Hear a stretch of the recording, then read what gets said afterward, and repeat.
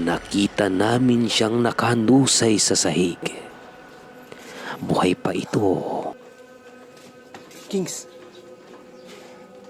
tingnan mo yung pulso, baka buhay pa.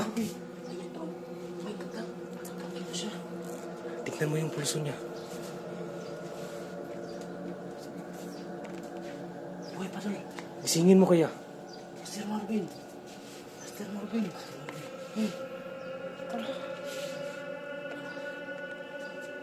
Dalihan natin doon. Anong gagawin natin? Ito na lang.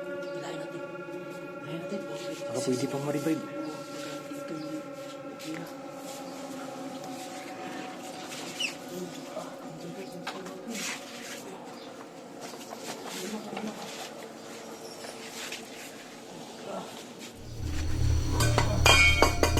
Ano yun?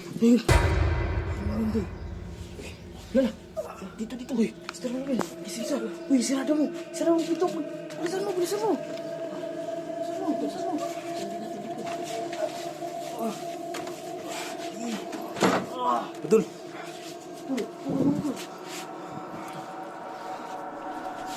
Boss, tignan mo yung mata niya, baka hindi pa siya nahawakan. Meron akong namalayan sa kanya. Ano yun? Tingnan niya yung mukha niya. Namumutla. Oh, namumutla na. Uy, Mr. Marvin. Uy. Uy. Uy. Okay ka lang? Ano nangyari sa akin? Hindi mo alam, kinagat ka ng vampira. Dul, hindi tayo pwede magtagal dito. Sige, tara na, tara na. Baka maabutan tayo ng bakla.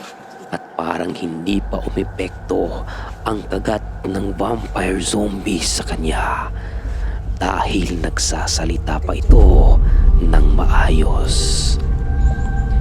Dahil dito, kami nabuhayan ng pag-asa at sumagi sa isipan namin na posible pa itong malunasan. Kaya agad namin siyang dinala at inalalayan namin papalayo sa bahay. Baka maraming dugo yung nawala dyan. Ayun ang mga bata, oh.